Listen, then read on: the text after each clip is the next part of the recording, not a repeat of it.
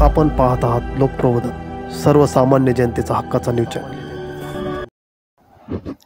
पहलगाम येथे झालेल्या भ्याड दहशतवादी हल्ल्याचा निषेध करण्यासाठी, शहीद जवानांना श्रद्धांजली अर्पण करण्यासाठी आणि सीमेवर सेवा देणाऱ्या जवानांना पाठिंबा देण्यासाठी आज मालेगाव शहरात तिरंगा बाईक रॅली काढण्यात आली। रॅलीची सुरुवात शिवतीर्थ येथून छत्रपती शिवाजी महाराजांना वंदन केले।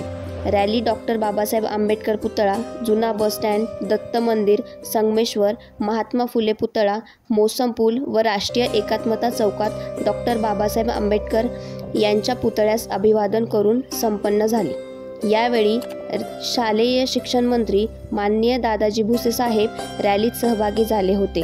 ज्येष्ठ नागरिक, तरुण, महिला, देशप्रेमी नागरिक मोठ्या संख्येने सहभागी झाले होते।